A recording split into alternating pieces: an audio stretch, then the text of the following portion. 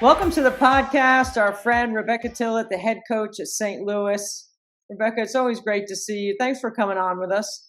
It's so great to spend any time with you, Debbie. Thanks for having me. We love learning about your team, your family, all the things that you got going on. You're at 500 in conference play right now. The league has been really tough. The top part of the league is really challenging, and the middle has continued to get better. And then there you are at 500, and you never can count your teams out because you've won the A10 tournament before and gone to the NCAA tournament in your first year. So tell us a little bit about your team and how it's going. This team is pure joy, honestly. There's three vets that are, leading this group in Lex Nelson, Zaya Nugent, Belle Tillett, that all have tremendous experience in college basketball, and all three want to be college coaches, which is unique to have that on a roster. And then four extremely talented freshmen that are getting a lot of minutes as young women in a season. So they're learning fast. Sometimes we do things on the court that we joke that, hey, our opposing A10 coaches are going to say, Tillett put in a new play. And we're like, nah, that wasn't a new play. We went a tiny bit off script Right there. And then have some good, talented players in the sophomore and junior class as well. When you're preparing for the A10, now that you've been through the A10 a couple of years now, there's a variety of styles. But it's all consistently really good coaching, great preparation. How much do you save a tweak or a change or an angle or a cadence with any of the stuff that you're doing on either end of the floor? I think so much of it is studying the team from past seasons that we've played them. Like, love that I'm in year 4, right? Like, I remember year 1, we were cramming in the summer in preparation for the season because we're like, brand new league. There's so much we have to learn. So even now, we'll go back and look at historical data of all of our years against these teams and coaches, because as you said, great players in this league, great coaches in this league.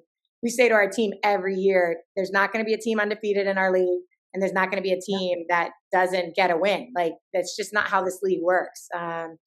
So in terms of saving it, I think we'll try anything, right, to win. I think, right, and especially with this group right now, like, we're learning how to close out those games. Any game that we haven't won in the A10, we're right there, right? We're threatening. Yeah. So learning those lessons, but absolutely love it when you're going against a great coach on the other side and they do something to you that is the vulnerability of your team, and then you turn around and hopefully do that to them. Those are fun moments as coaches. That's the fun part for my job too, is trying to figure out, watching film, tendencies, maybe something I saw that they did on an out of bounds play or after a free throw. Just trying to find something that might change the rhythm or throw a little sneak attack on somebody. When you say that you go back and look at the historical data and the way you've played other teams, you got a file like this thick on every team in the A10, or what does that look like?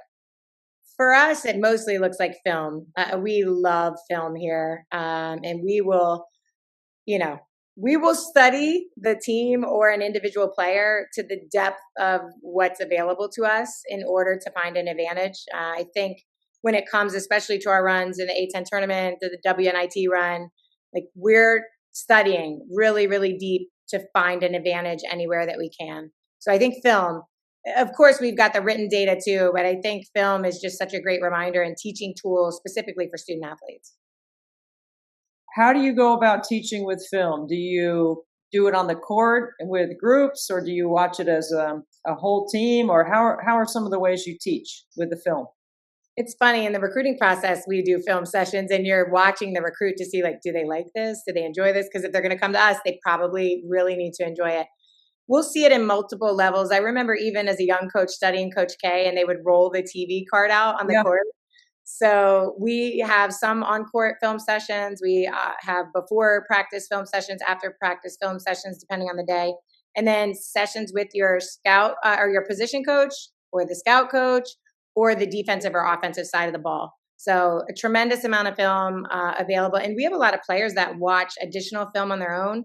This team probably watches more film than any team I've ever coached, from, and the amount of people that enjoy watching and learning.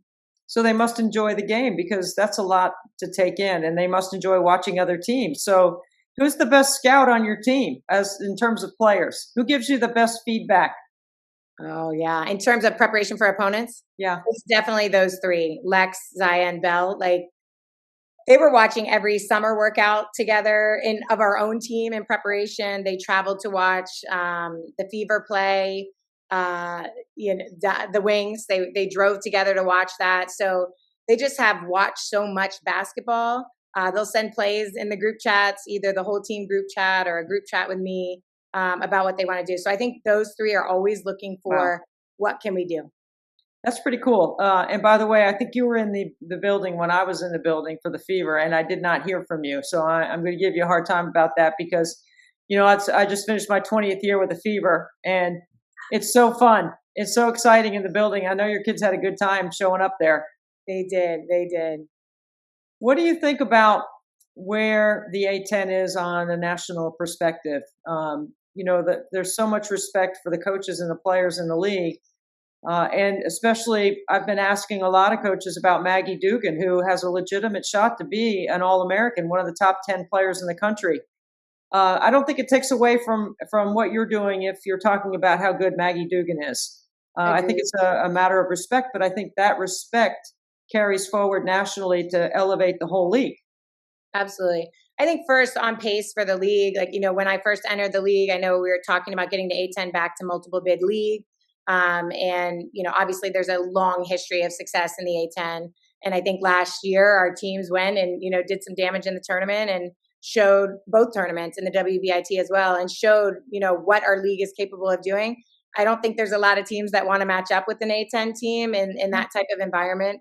And then I also think, yes, Maggie Dugan, exceptional player. You can tell just as an opposing coach how much work she puts into her craft and what a competitor she is and how she can rise to the moment that's needed for her team. Absolutely. I'm sure all the other coaches have said, tremendous respect for what she can do. And then we spend a lot of time trying to game plan and find any way to disrupt it. I'm always looking for players that can always make the defense wrong. It doesn't matter what you throw at her. She has a counter. She's smart. She can score in a variety of ways, but she also can draw so much attention, and she's a willing passer. Those are the players that, to me, are ticket-selling players. So you understand the game. You see somebody play like that. You're right. You know how much work they have to put in to be able to do that. I want to ask you about this week, actually today on the time of the taping, that the NCAA has put in a calendar for the portal. So the calendar is 15 days after the national championship, plus some other caveats to the rule. But basically, the portal will open the day after the national championship game. How do you feel about that rule? I thought that was an important shift. I think that we should all be focused on where our game is, watching those teams in the Final Four. I think that was the right move in terms of a timing standpoint. I don't mind the shortened window, from the standpoint of everybody's got to decide what they're going to do, right? Players need to decide what they're doing and get their transfer process started and find their next home. And then as a staff, we got to build a roster. And I think we all know at this point in time that roster building is going to be a part of our permanent, process of recruiting. And so the shortened window, I think the student athletes have enough time. And, I'm always on the side of what do they need in order to be successful. But I think the season will have ended for the majority of teams, minus the Elite Eight and Final Four teams, and then in the WBIT teams. And then they'll have enough time to decide, okay, this is what I would like to do in my next opportunity. So I like that it's after the tournament for sure. That was really important. And then I think the shortened window will still serve everybody well. I agree. I mean, you make a choice, and work to make that the best choice. You can't just keep going back and forth. I don't think that's fair to anybody in the process, and certainly not teaching kids anything. I don't know. I just think it's a good move to put some guidelines around it. Did I hear you say Tillett a couple of times on your roster? I did. Isabel is in her 5th year with us. She redshirted as a freshman, and yeah, she wants to go into coaching. Wow. How do you feel about that? I love it.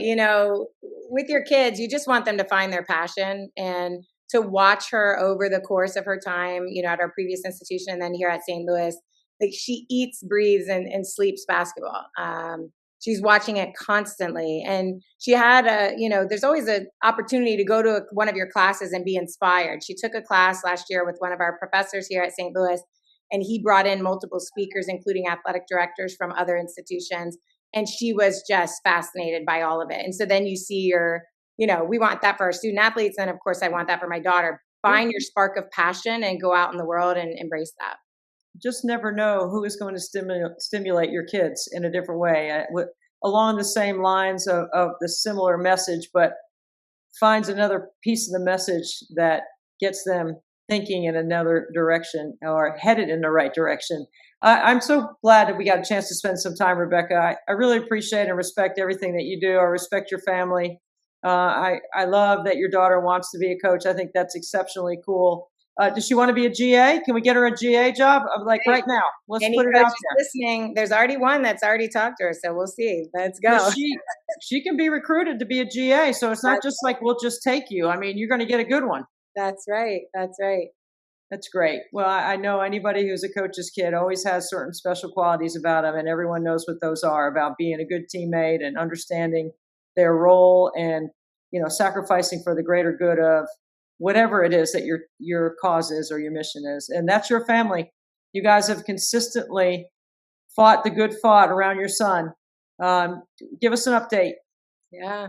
Jack's doing really well. He actually is taking some classes here at St. Louis University, which at certain times in treatment, we weren't sure that would be possible. So I actually had an interview earlier today and I see him walk in from class and he waves like, hey, mom. And he doesn't come in and interrupt, but no, really, really special. He's still receiving treatment every other week in our home, but we've worked his college schedule around it. Thank you for asking. Thank you for caring. And we've got young students coming to our games that are fighting the same fight as Jack. And they come into our locker room, and that's really special as well. It's a great lesson for your current team to see. I think giving is a skill, and it doesn't have to be your money. Taking is not a skill. Giving is a skill. Learning to use your time and your talents to make our world just better, make our community better.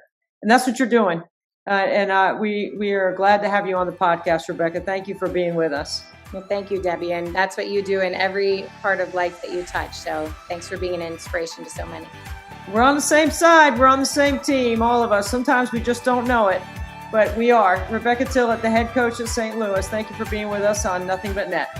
Thank you, Debbie.